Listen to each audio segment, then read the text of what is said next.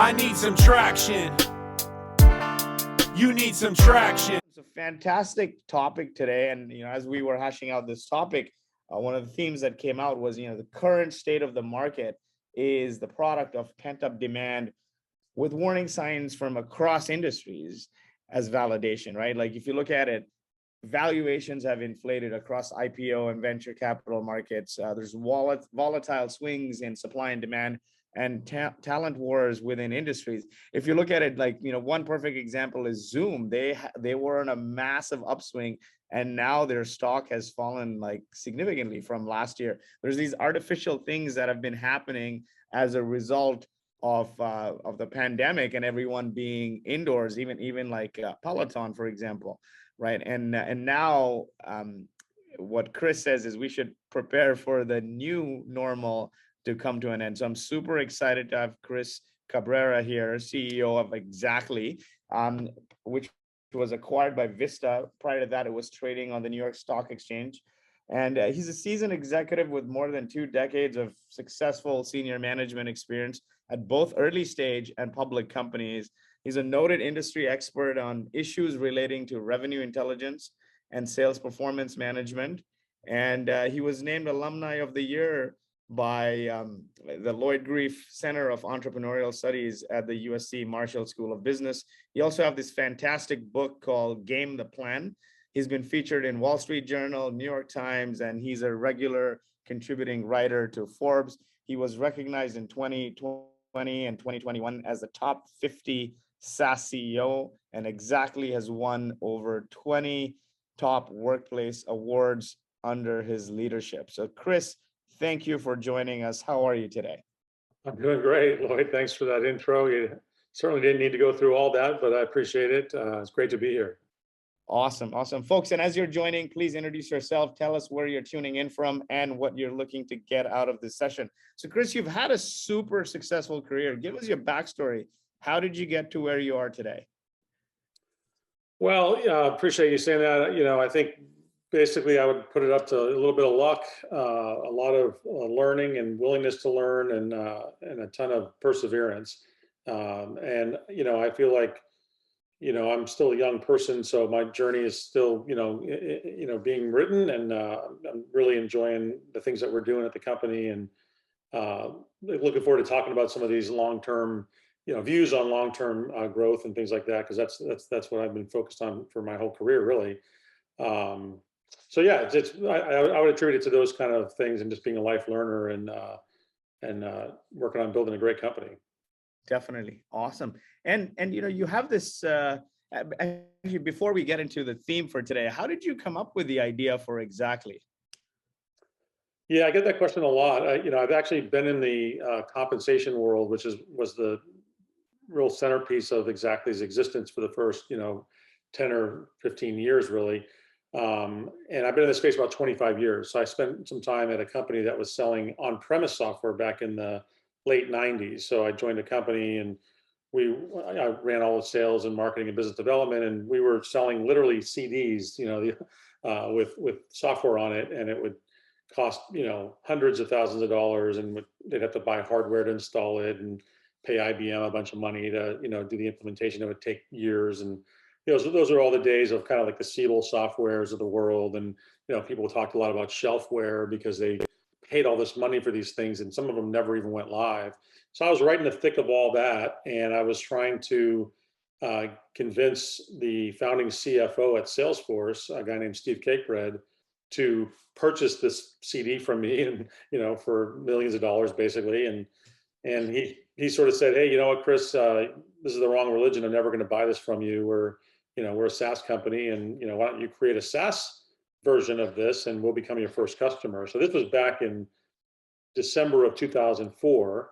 There weren't very many SaaS companies. In fact, there was pretty much Salesforce, and that was about it.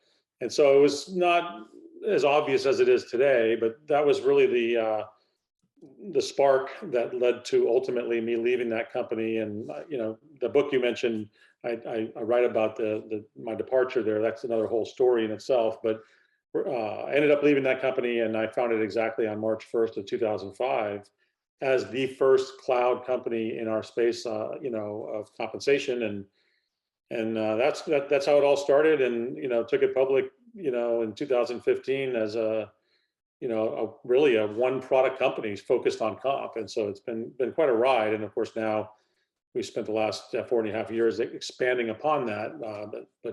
Yeah, that's how it started. Definitely. And then your book, Game the Plan, it's on the motivation of getting fired. Maybe give us a brief synopsis. Like, what was that led you? What did it spark in you to create Xactly there? What is the motivation of getting fired? Yeah, well, like I said, I mean, that story is in the book, and just the thumbnail of it is that I sort of got this challenge from the CFO at Salesforce saying, go build this and we'll become a customer. Even though I had the right pedigree, I had gone to USC and had an entrepreneurial degree, I had my MBA, and I mean, certainly made sense to go start a company. I didn't really want to do that. And so instead, I tried to convince my employer that they should switch from an on-premise company to the cloud. And again, I just remind you, it was 2004. And so, it was not received very well by the leadership team there.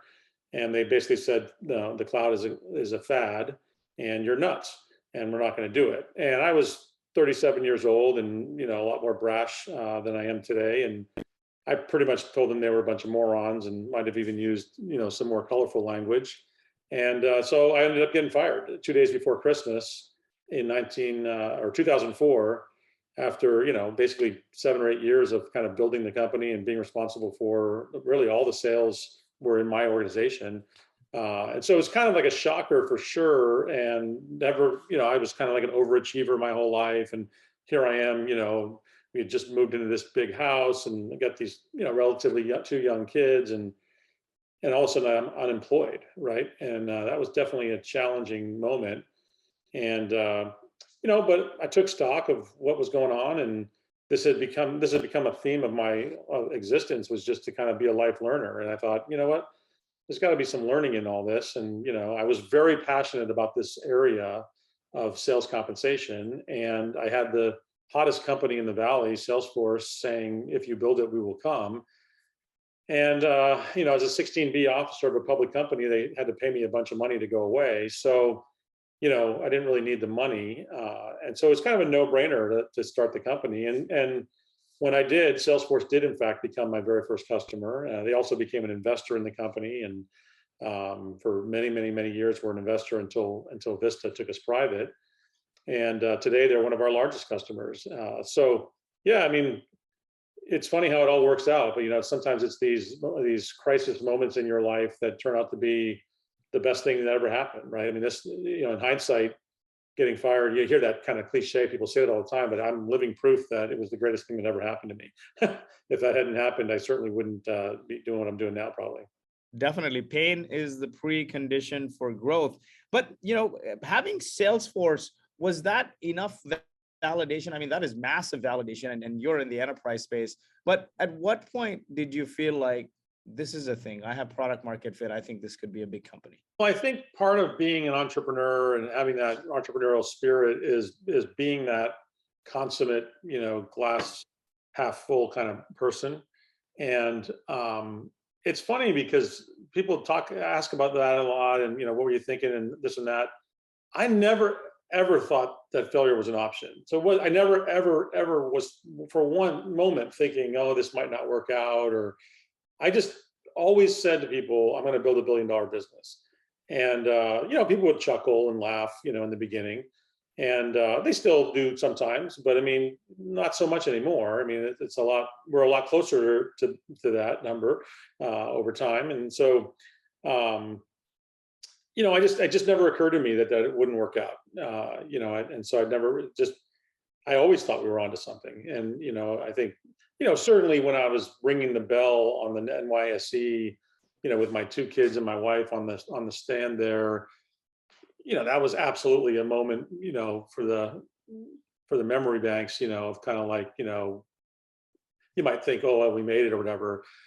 I just it was an accomplishment. Like, that was cool. It was a bucket list sort of item, but it was more like, okay, now what? What are we going to do next? What's the next thing?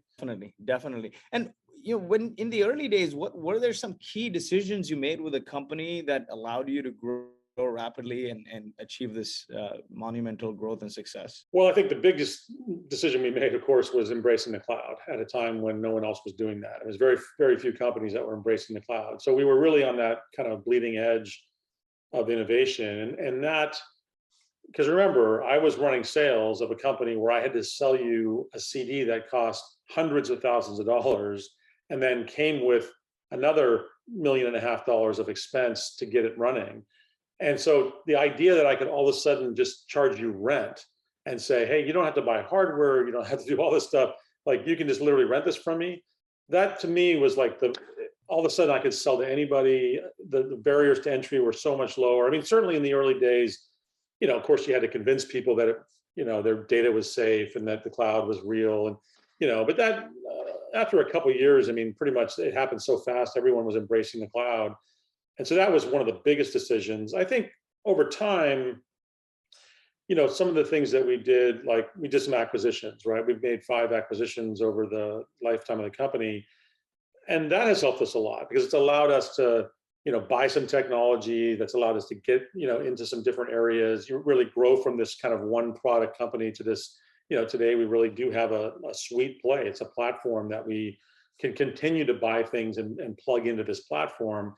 And a lot of those, like today, it's easy to say, oh, great, we got this platform, but the seeds for that were planted many, many, many years ago, right? They were planted when we were doing some of these acquisitions. And those are some of the things I think that gave us credibility, gave us traction, no question having companies like Salesforce. And, we've always done business with some of the best companies in the world, to be able to share those logos and talk about the things we're doing for them, has really helped new customers get on board because they're confident that, hey, if Salesforce can use it, or, Louis Vuitton can use it, or, Hyatt, or all these big brands, that I can probably use it. Definitely. And you've made these investments. How should people think about it? Like, when is the right time to build yourself versus buy? Like, how do you make that decision that I'm going to acquire this company and whatnot? Yeah, it's a tough decision, and we've made it over and over and over again. And we've, depending on what's happened, if we have the wherewithal and the knowledge of how to build something, and we have the team, and we can dedicate them to do that, and we believe that the market can wait, whatever period of time it's going to take us to do that build, which could be 9 months, a year before we really have anything meaningful. Then we'll make that decision. But sometimes, we feel like, wow, this market's moving faster than we think, or it has the potential to really move fast, or there's competitors that are doing some things that we may not have a year to sort of lock ourselves in a room and build something, or our engineers are so busy kind of on the things that are on our roadmap already, we just can't pile on and just give them more. And so some of those times are when we've said, hey, let's look and see if there's some technology out there that we can acquire. And in our case, we haven't done big, massive revenue acquisitions. They've mostly been technology and people. So you're getting a bunch of smart engineers and something that they've built for a number of years, and then we're able to plug that in and kind of fast forward that development process. That's worked really well for us. Definitely. Awesome. So I want to get into today's theme here, right? There's this sense of the market is inflated because of the pandemic, and there's CEOs should focus their time to build resilience within their business. I mean, that's what you say. Focus your time on building resilience and prepare for the new normal to come to an end. So tell us more. What does that mean?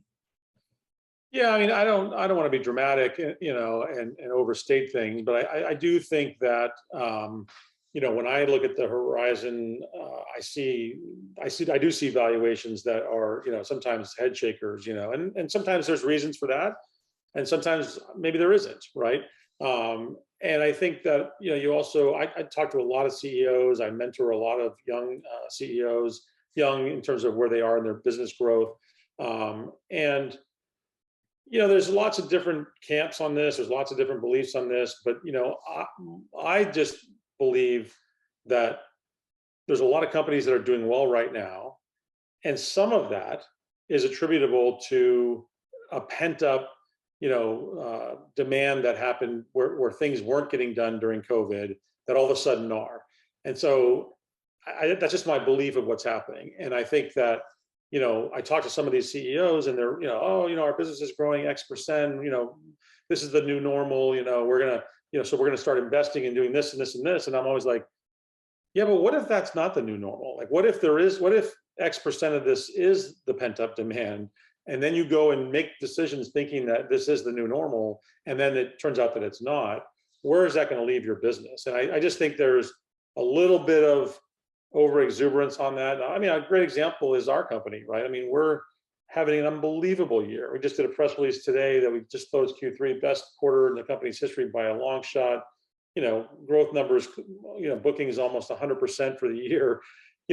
But I'm able to say, hey, you know what? Maybe 30% of that 100% or ish is because of this pent up demand. So the 70% still amazing, still great, still all the good reasons why that's happening. But I'm going to plan probably around that 70% being what's real, because I really do think there's a layer of that is this pent up thing that won't be there next year. And I think, a lot of CEOs are thinking the way I'm thinking, a lot of them aren't. And I worry about the ones that aren't, because I think they're going to get caught because the other piece of this is, how many times do you hear people saying, and I've been guilty of this, hey, this is the new norm. Like, we're never going back to work. Like, I'm so productive. Life is so great. It's never going to go back to the way it was. I'm fond of saying that. And I think there's truth to that. But I think it's difficult to change 100 years of, progress in history around how people would go to work and, and meet with their people and, bounce ideas off each other and do the whole work thing. I just don't believe that the pendulum isn't going to swing a little bit back toward that way it used to be. And so again, I talk to CEOs that are like, oh no, that's not happening. It's never going to go back. So they're burning the boats. It's like, we're not even going to have an office anymore because it's all going to be virtual. I just don't know if I agree with that. I think that there's potential to make some bad decisions. And when that pendulum does swing back, I think people who haven't really thought through, hey, what if Chris is right and it's not all the way things are right now? And just have some contingencies. And we talk about resilience. That's sort of what we're talking about. To me, resilience means predictability in the business, staying power, make sure that, because look, for me, it doesn't matter, right? No matter which happens, we're a big enough company. I can go rent more facilities. I can go hire more people. I can do whatever. But hey, if I was, Xactly circa 2008, and you're in the middle of an A round or a B round, and you're burning through money, and you don't have that much, money left. These decisions that you make today can be critical, right? If you make the wrong ones, you could literally run out of cash, and that would be a problem. And so I think I'm talking more to those kind of folks to think through what's really going on out there. Definitely. And I think when the pandemic hit, everyone was saying, and especially in the tech world, the venture capital world and tech media, is the pandemic has hit. There are some businesses who are massively impacted and they're losing customers.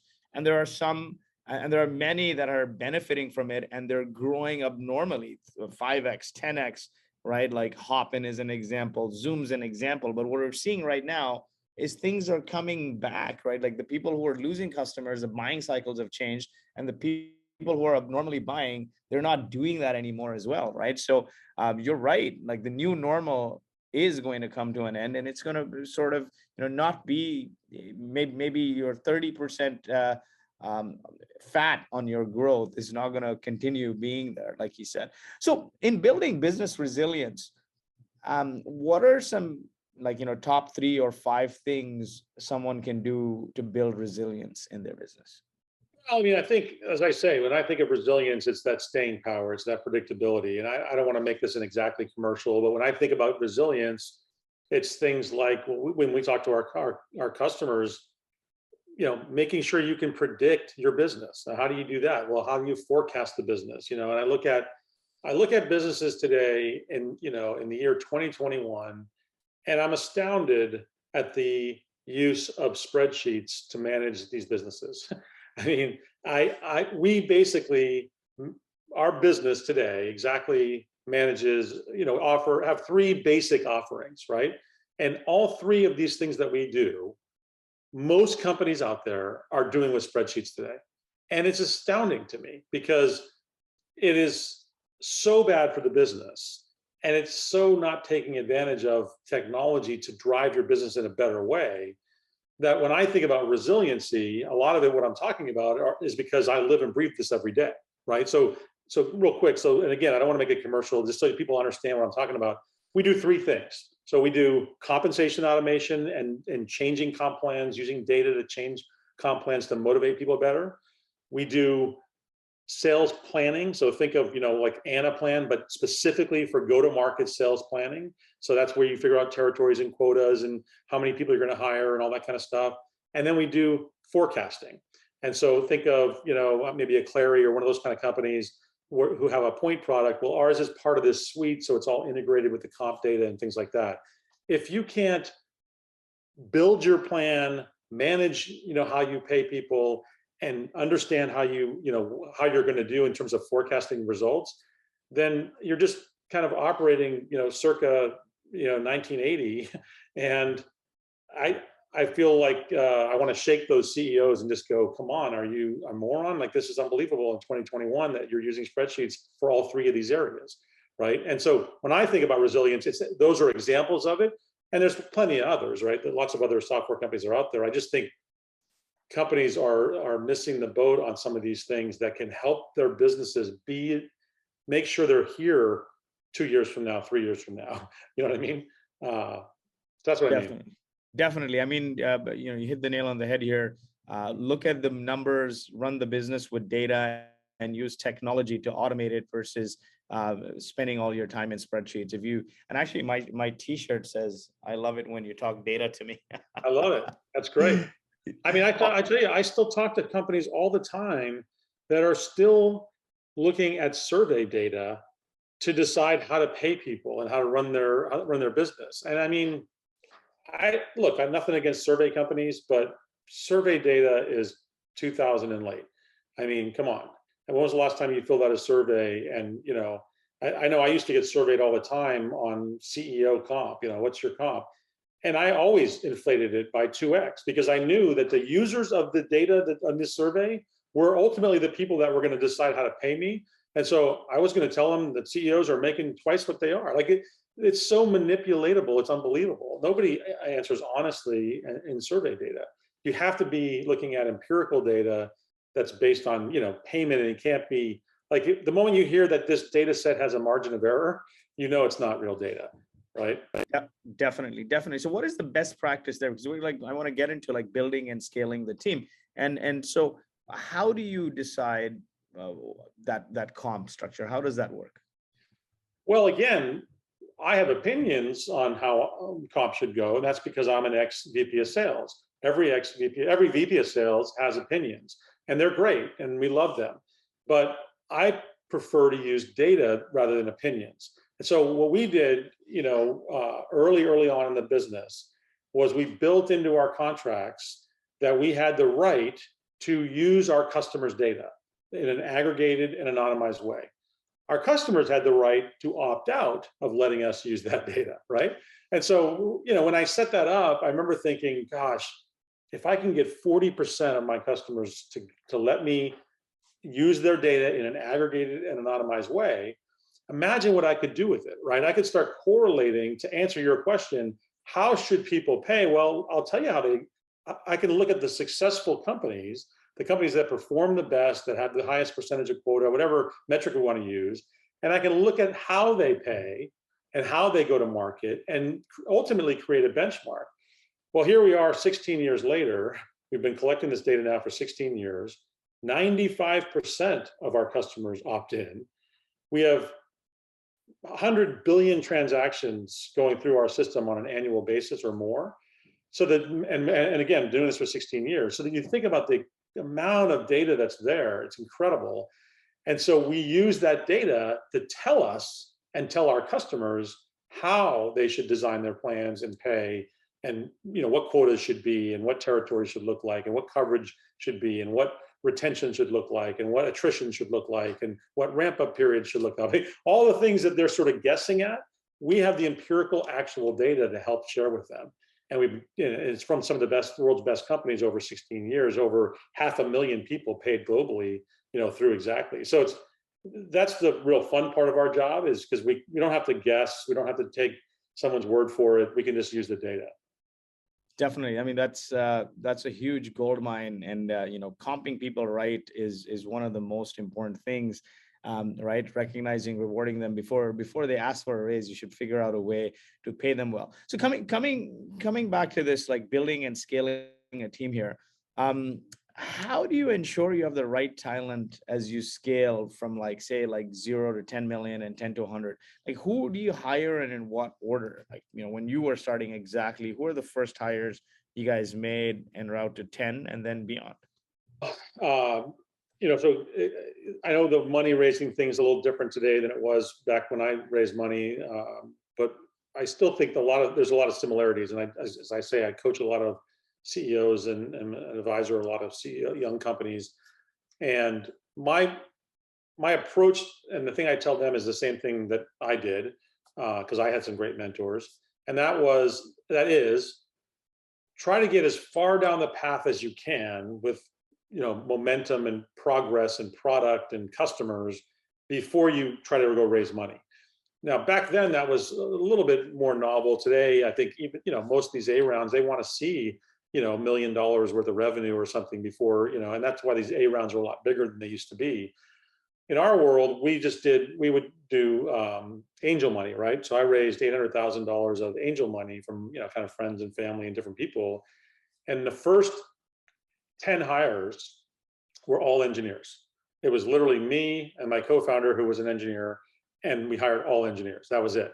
And we just locked them in a room, and it was just build, get a product. And I was the first, my job was to go get the first, 5 customers. And of course I had one in the bank, which was Salesforce, which kind of made my job easy, because when you have that one already, you're kind of like, hey, look, I've got Salesforce. Do you want to be my second customer? And so I was able to go get 5 logos to agree to be my customer. Now, this is what's great, and I always tell entrepreneurs this: they didn't sign anything. They didn't, it was a handshake. It was literally, you will agree to be my customer if I build this and if it meets your spec. So it kind of was like a gentleman's agreement that they were going to become my customer, but it was enough for me to put on a slide deck that I could go to Sand Hill and go knock on doors and start raising money. And that deck is what allowed us to ultimately get our A round. And once we got that, we were able to start hiring people other than engineers. And then I think the next set was to start hiring some, go-to-market people, more like a couple telesales reps, a couple field reps, and start to really get that momentum so that we could close some of those deals that had agreed to let us use their logo, but had not signed up because the product wasn't there yet. Definitely. So at what point then do you graduate from founder at sales, right? So you had the idea, you had a handshake with Salesforce, you raised 800,000 in angel money. There was no money exchange. Then you started building this, you got the other 4 logos. Is there a revenue benchmark when you graduate from founder at sales, or is it what is it? Or at what point do you say, I'm going to hire people to replace me? Well, I'm still doing that today. So I don't know if I'd hit that number. I mean, I'm still very involved. I love selling. I'm constantly, if I read an article about somebody or something going on, I'll just send the CEO a note and say, hey, I'd love to talk to you. And, sometimes they ignore me, and sometimes they take the call, and I start selling, and then I get them in touch with a rep. So I don't think that ever changes, but I know what your question is. I think, I don't know. I think once we got to 5 million, which we did in our first year of ARR, I kind of knew, look, we got to have a legitimate sales leader that can really start to own taking this thing from 5 to 10 and 10 to 20 and et cetera. And so that seems to be the number, for me. And we were very lucky, as I say, the timing was right. I don't know, but a lot of the companies I work with, just getting that $5 million number is not easy. It takes a lot of work, And we were able to get there very, very quickly, which allowed us to then, go do those other additional rounds and whatnot. But anyway, I think once you get there, I think those early sales up to 5 million, you do need the founders to be heavily involved, because you're putting your reputation on the line. You're looking these people in the eye and saying, I'm going to be there for you and make sure this works no matter what, regardless of what the contract says. I mean, I don't care what's in writing. We're going to make you happy and make you referenceable customer, because there's no other way, right? Failure is not an option. And I think you need that level of kind of dialogue in those early sales to get them done. Definitely. And that is exactly right, right? As a founder, getting to 4 or 5 million, getting to 5 million, getting to 1 is very difficult. Getting to 10 is even harder. But I think once you hit 10, then it's sort of like a game of scale. So let's talk through that a little bit here. In order, like, so you hired the developers, you were running founder-led sales, and then at some point you started hiring people. But who were the key, or what were the key roles you hired en route to 10, right? Maybe from 1 to 10 that helped you scale to that? Like was it a VP marketing that came first? Was it a VP sales? Was it VP product? What was that order in which you sort of said, like, now is the time that we bring these people on? Yeah. So for us, my co-founder was, the engineer, head of engineering. So I had that. As I said, we first hired all those engineers. We quickly brought in a product person, because, this particular area of comp is a very, very domain specific. It's a very deep, I mean, fast forward 16 years, I spent $200 million on building just this one product. And we still have a list as long as my leg of things people want us to do. So it's a really, really deep app. So we needed a product person. So that was the other person we hired very quickly. From there, the next person we hired was the head of sales. And then right on the heels of that, we hired a CFO. And primarily because, I had a finance degree, but I just wanted someone to manage all that. And I had never raised money before prior to that. So I was like nervous about having all this money that we had raised in the A round. And I just wanted someone to kind of be the caretaker of all that, so I could just be totally focused outbound on trying to get some logos.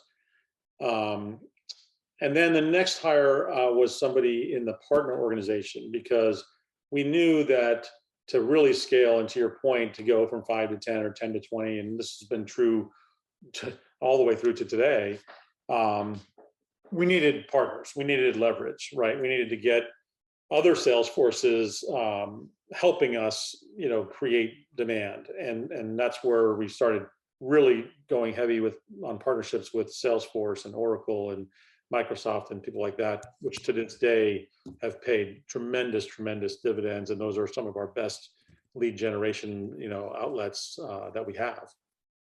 Definitely. And as you're scaling, right, like you're hiring hundreds of people, how many people does Xactly have now and today? We're kind of just under 1,000, somewhere in that range. Definitely. And you probably, after the first couple of rounds, grew to 100 fairly quickly, right? 100 or more. Yeah. So how do you scale, right, without breaking the culture? How can people build their teams quickly while ensuring things don't break? Because sometimes you add lots of people and you lose a sense of what you were, or things don't quite work out. You got to hire and then fire quickly, things like that. How do you ensure that you don't break this culture? I think it's a fantastic question, and it's one that we've had to learn some ways the hard way. Like all good entrepreneurs, I learned in school that you have to have core values. And so when we started the company, we got together and we got in a room and we said, what are our core values? And went through this whole exercise, and we had 13 of them. And we put them on our walls and we put them on the website. And, we were like, hey, yeah, woohoo, we're great entrepreneurs. And then we got to building the business. And a couple of years later, for exactly the reason you're talking about, I started to feel like, geez, what's going on? We don't really feel the connection with some of the folks. I started stopping people in the hallway and saying, what are our core values? And I would invariably get this blank stare, and then they'd start giving me the Boy Scout oath, trustworthy, loyal, courteous, and I'm like, come on, guys. Those are all great words, but those are not our core values. If we don't even know what they are, then we're not really living them. So in that second year, we got different people together and we kind of said, of these 13, which are the ones that are unbending? Which are the ones that, just we literally will walk away from the company if we don't do? And so we came up with 4. And the 4 ended up spelling out care, customer focus, accountability, respect, and excellence. And from that day forward, we have ingrained into people, like you can't believe, that these are our values and these are why they're important. From that day forward, every decision that we made, every acquisition that we made, every investment that we made through the lens of that care core value model. And I truly believe, as you said at the outset, more than 20 some odd, Great Place to Work awards, we've won #1 top workplace, in Denver and here and everywhere. I truly think it's the core values that have allowed us to do that and to maintain the culture as we've grown, right, outside of the Silicon Valley. Yeah, it used to be in those first 2 years, I could take the whole company to lunch, and we did every Friday. But as soon as we opened up an office in Denver, and then in Europe, and then it just became impossible. We have so many people, especially now as a result of COVID, that I've never even met before, right? But I truly think we've been able to maintain the culture because of the core values. And so today, I often bet people my paycheck that you can't find an Xactly employee who's been here more than 30 days that can't tell you what our core values are and why they're important. That's how ingrained it is in every employee in our company. And I truly think that that's the answer to your question.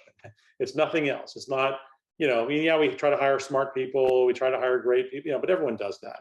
It's really the core values that allows them to feel connected to the business. It's why they score so high on, Glassdoor and all these different things. And that's my answer. Definitely. And are there some deliberate things you can do? Because you said like you quiz these people on the hallway and they couldn't tell the value. So what are some deliberate things across teams that that your company does to ensure that it's top of mind? Well, like I say, we have a quarterly Who Cares award. So we give a pretty big, amount of money to the top people that best represent our core values. We have a care week that we just did where, it's a whole week of philanthropy across the whole globe. Even during COVID, we did it. It's incredible how many people were getting involved with their local communities, either in person or they were, building kits for them, for the people that were less privileged. It's become ingrained in who we are as a company. We also do a whole thing with our Xactly One Foundation, which is, the philanthropic side of it. And the combination, I think, of our values and the philanthropy, that allows us to have all kinds of venues to, keep pounding in their heads that the core values matter. Now, every time we promote people, we do it through the lens of core values. When we make product decisions, so people are very used to hearing me in meetings sort of say, look, this does not meeting our core value of customer focus, right? We need to be thinking ahead of our customers because they're counting on us to keep innovating and be better. And so we'll kind of use it that way. So it's just not something that you stick in a drawer, right? It's literally how we run the company. Definitely. And what I like about this is you're not just putting this on paper or on the wall somewhere or just constantly saying it, but through actions. Not only are you guys living it, but you're giving people the opportunity also to participate in those actions. Because when you keep living your core values through actions, then it becomes real and it becomes ingrained. You can read something 100 times and it never sinks, right? That's right. And we also, it's a carrot and stick thing, like everything, right? A lot of people in the company over the years have been terminated because they violated our core values, right? There's just no tolerance for that. It's just not going to happen, right? The R in care is respect for cultural diversity. And we were doing that 14 years ago. It became very in vogue in the last year. Everyone's talking about diversity. Well, we've been talking about it for 14 years. It's been ingrained in who we are as a company all that time. And so, I think that's just a different way of thinking about it and looking at it. Definitely, definitely. Now, when you're adding so many people, hundreds of people, you've got great values, you're interviewing, you're trying to assess if they align with your values and whatnot. But what are some key steps to successful hiring? Like, how do you attract so many people so fast? What are some hacks you've learned along the way? That's a good question. I think, especially as a private equity company, we've been challenged there, right? Because especially, here in Silicon Valley, it's like, everybody expects stock options and this and that, and we can't always provide that because we're private equity, right? And so I think, I believe in my heart that people don't work for money. I think money's important and you need to have enough to pay the bills and this and that, but especially people who are earlier on in their careers, I think it's much more about opportunity. It's much more about how are you going to develop me as an employee, as an individual, as a person, and give me access to do things that at an experience level that I couldn't do given my experience, right? And so we're all about, we'll take a chance on you, even though your pedigree or resume doesn't show that you've been there, done that. And so I think that's where we attract people who, it's not all about the money. It's about learning. And we pay well, don't get me wrong. I'm just saying, we're right here with Google, and, we can't, you're not going to be able to compete on price, right? You're going to get outpriced every day of the week. And so the market is the market. You meet them where the market is, but people want more than money. They want a sense of purpose. They want to align with something big. They want to grow. And yeah, you're right. And again, when they come in and they experience what I'm talking about relative to the culture, and they say, I mean, a lot of them are dubious, but when they come in and they realize, hey, this isn't BS. What Chris is saying, it just really is how the culture is. Are we perfect? No. There's always some bad things, and we, get rid of that. But that, I think, is how we attract people and how we keep people. But it's not easy because it's a very competitive market out there. And, I see people doing dumb things all the time. And, and I see young people come in and they resign and they say, oh, I got 10 grand more over here. And I say to them, you're making a huge mistake because you're chasing the money. And at this stage in your career, the only thing you should be chasing is experience, and get as much as you possibly can. And then the money will come in a big way with a dump truck in your backyard. You'll have more than you ever want, but it will never happen if you don't get the right experience. Definitely. I often tell people, if you focus on power or control, you'll destroy relationships. If you focus on money, you'll make short-term decisions. Focus on impact and you'll build something big, or you'll become something big. I want to take some audience questions here. Peter asks, how did you balance in-house recruiting versus third-party recruiters for critical business positions as you scaled? Or rather, when hiring, let's address that one first, then I'll take the follow-up from there. Yeah, so I want to be careful I don't piss off any of our relationships with recruiters and things, but we've used everything, we've done them all, and there's great recruiters out there and whatnot. But I really, in particular, like our in-house recruiting, because I think that they're able to at first, listen to what I'm talking about, right? So imagine when we're recruiting somebody, these are the things that have to be talked about. An outside recruiter who hasn't lived in the culture and doesn't understand it and doesn't know that it's real and can't speak from the heart and give examples, I just think we'll have a difficult time doing it justice. And so I don't know. I like, and we've had great success with our internal recruiter team. Again, it doesn't mean we don't use outside recruiters, especially if we're looking for a certain kind of candidate or an executive. Sometimes those are harder to do with internal recruiters, and so we pick our spots. But boy, you can get some really focused, really smart folks that will just kill it for you working internally, and we've had great success. What the awesome thing is you've been a lifelong sales guru, and recruiting is selling, pitching PR is selling, investors is selling. Hire. What's funny is my company, we raised a Series A in December, and then in the last 6 months we added 100 people, or a little more than that, and it's all to in-house recruiters. And we actually moved one of our sales development people to recruiting because she was such a big fan of the culture and a great culture carrier, and she's been phenomenal. Yeah. And yes, we've used recruiters to augment, but you're right. Nobody can sell your culture better than you can. Jill asks here, what's your favorite question for vetting employees? Something that tips you off as they will be able to uphold core values. Well, there's two questions I like, and this is not rocket science, so people are might just be annoyed and say no, duh. But there's always that typical, like, what are you great at, and what could you be better at? So you always ask those questions, and then you get people saying, oh, my biggest fault is I work too hard. I'm such a hard worker. I can't put my work away. I hate that, right? So I don't ask those questions. The question I ask is just slightly different. I say, if I were to talk to your boss, what would he or she say you're great at? And what would he or she say that you need to do better? And what I find is you can literally see them sort of pause because they're ready to give you their kind of rote response on how hard they work, but they can't because they don't know that you aren't going to talk to that boss. And so I find that you get a more true answer. There's always a bigger pause, and I see the wheels turning, like they're actually having to think on the spot, which I love.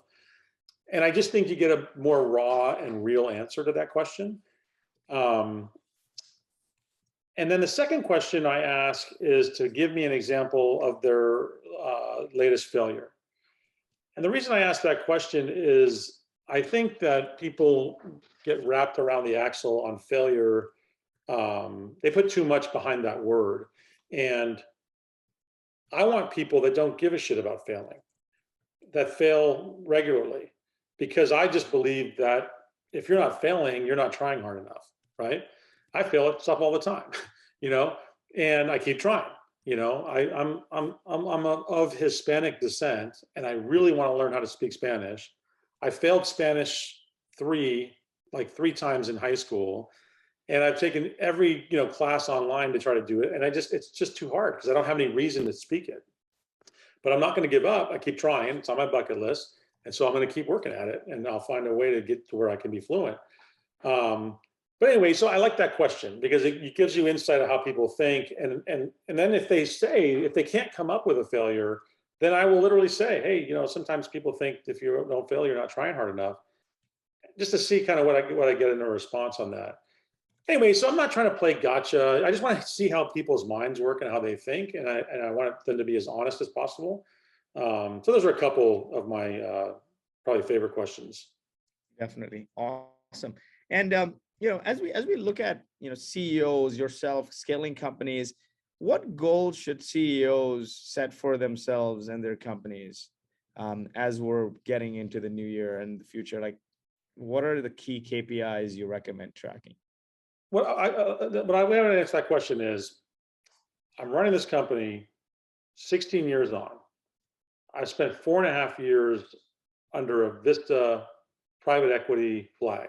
And if you back up the train 4.5 years ago to when I was a public company, public CEO, and they bought me, I thought I was the shit. I thought we were great. I thought we were running this great company. I would have told you, we're awesome, blah, blah, blah. When I look back on that company today, I'm embarrassed at the company I was running because we were not making money. We had never ever made money. Now I had a VC board that didn't ask me to make money, but still, I can't believe that. We were a one-trick pony. We had one product, just the comp piece. And I think we were kind of lulling ourselves to believe that we were better than we were, and that we thought we were great. And when I look back today, 4.5 years later, and I say, this is a whole different company. This is a company that is so much more well-run. It's never not made money. We have all these products today. And so I guess the point is, I'm not trying to brag about who we are. What I'm trying to say is challenge yourself to be way better. And even if you think you're great, you're probably not as great as you think you are. And there's got to be, I wish somebody had kind of taken me aside 4.5 years ago and just said, hey, you should do this, this, this, and this. There's so many things that we've done. And if I can, I'll give you one quick example. There's a ton. a lot of them are sort of secret sauce stuff that I wouldn't share. But one of the things that Vista wanted me to do was sign longer contracts and sign annual increases into the contract.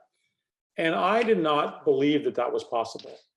But because I've taken on this life learner approach, I suspended disbelief. And I said, you know what? Not only am I going to believe that this could happen, I'm going to actually build it into the comp plan, because lo and behold, we're a comp company. So we created this thing called Rule of 10. Rule of 10 is you want a 5-year contract and you want a 5% increase per year in that contract. If you get both, that's a 10. What we said to the reps was, at 6, you're neutral. If you get a 7, an 8, a 9, or a 10, for every one of those, you're going to get an extra percentage point of commission. But every point less than 6, you're going to lose a percentage point of commission. Now let me back up. At the time, our average contracts were basically 2 years, right? So we were a rule of 2. We had no increases in our contracts. And I thought they were absolutely insane. I said, there's no way this is going to happen. No, nobody's ever going to sign these contracts. Would you believe in our first year, our average was rule of 8. Wow. Think about that. That is game changing to your business. You're signing, a rule of 8 is on average a 4-year deal with 4% increases per year that you're getting. Imagine as you get bigger and bigger and bigger, you're 100 million, you're 200 million, and you're getting 4 or 5% increases before you even get out of bed in the morning. That's a game-changing kind of change, and it's not that hard. And we're living proof that you can do it. And I share that because I want everybody who's doing software to do it, because I want this to become the norm for every software buyer, that we're all saying the same thing. 5 years, 5% per year, and why not? Why shouldn't we have increases per year? Our costs are going up. It makes no sense that software companies are not signing up for that. So it's just an example of, I know it's a long answer to your question, but it's an example of kind of, you got to change your frame of mind. You got to think way bigger. You got to think differently. You got to think, how do I get profit and growth? You don't have to, in the VC world, it was like, oh, we don't make profit because we're growing. Vista was like, no, you're going to grow and make profit. I'm like, oh, wow, what a novel concept. Like, and we're actually doing it. Like, hallelujah, unbelievable. Definitely. But, as a founder doing that, CEO doing that, it's fantastic. How do you ensure everyone on the team is aligned with that, right? With that aggression, with that growth, with that speed, thinking bigger? What are some tactics you do deliberately to make sure your executive team is aligned, and then they align the rest of the company?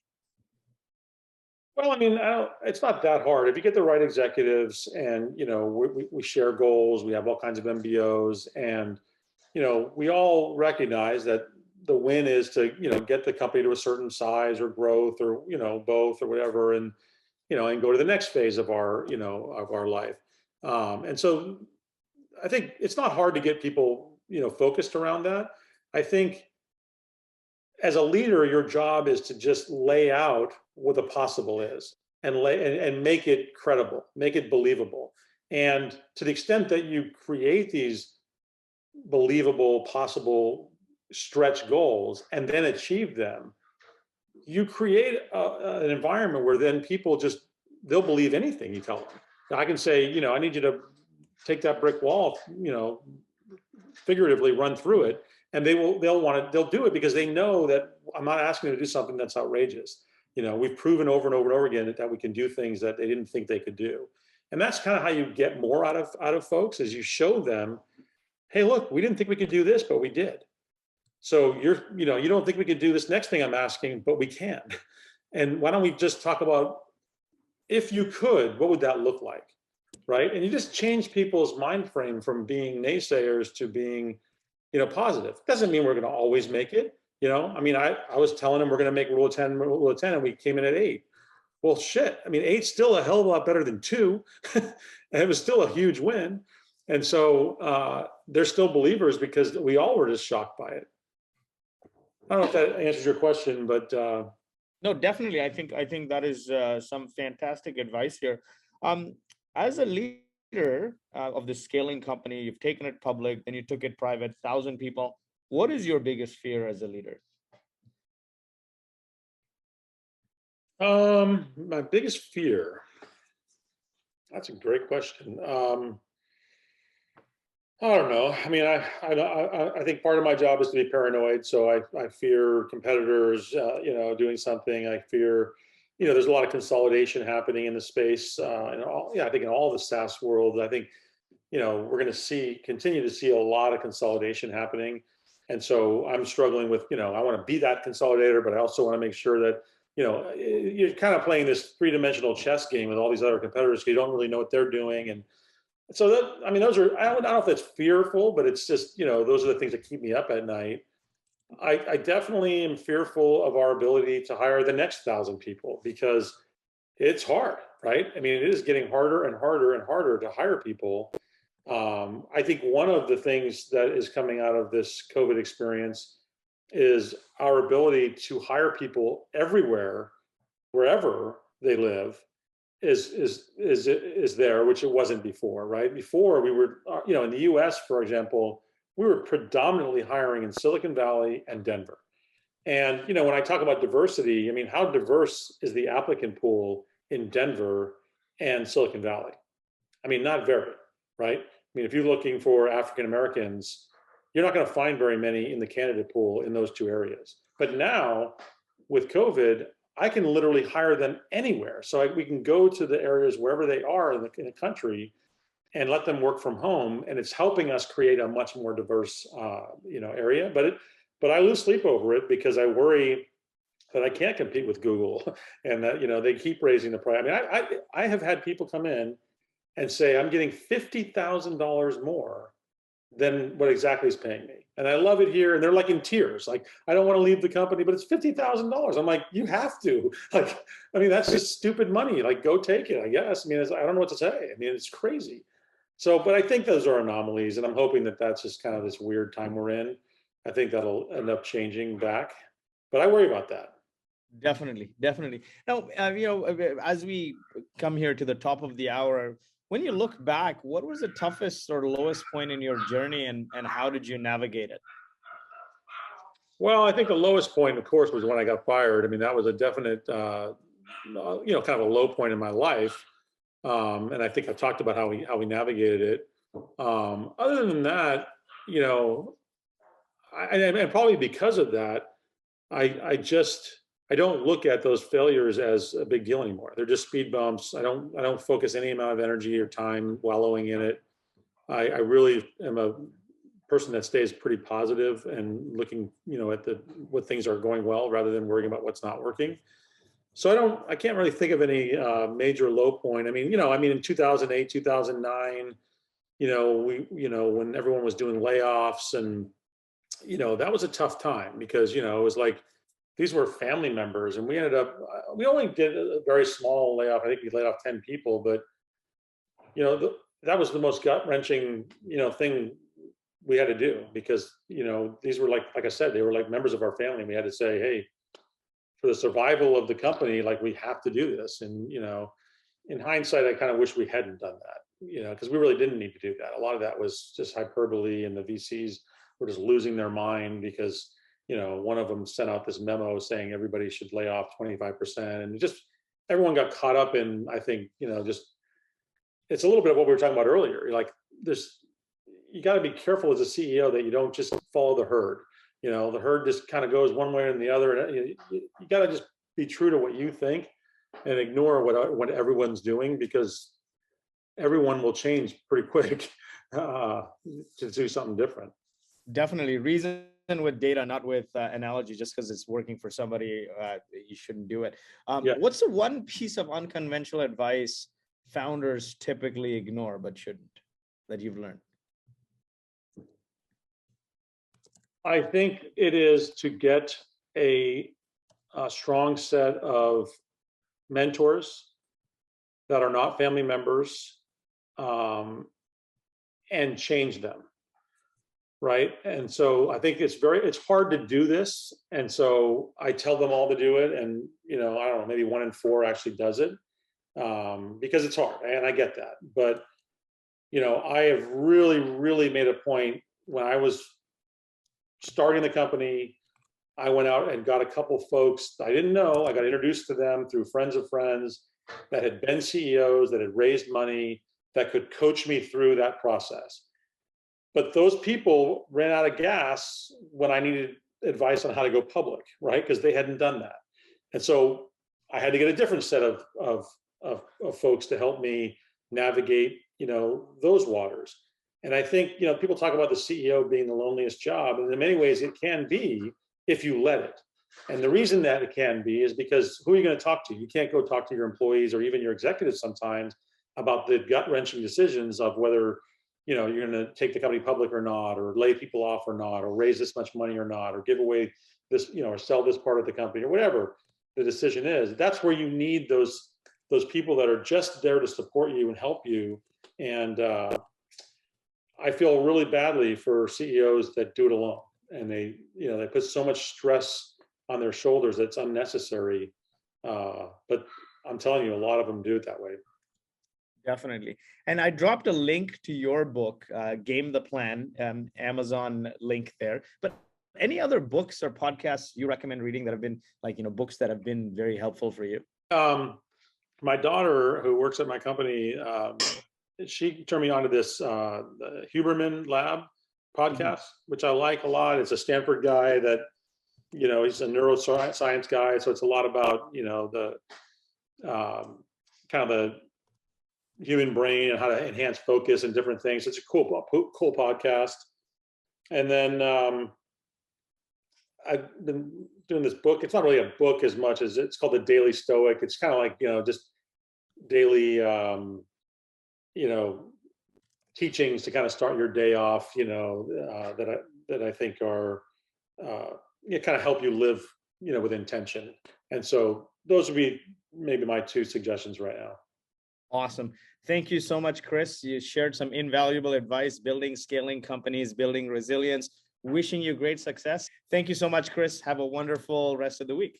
Thanks, Lloyd. Really appreciate it. I enjoyed the discussion. If people want to get in touch with me, it's my email is Cabrera@Xactly Corp, and I'll accept all LinkedIn. So let me know. Hopefully that was helpful. Definitely. Thank you so much. Cool. Thanks. Bye.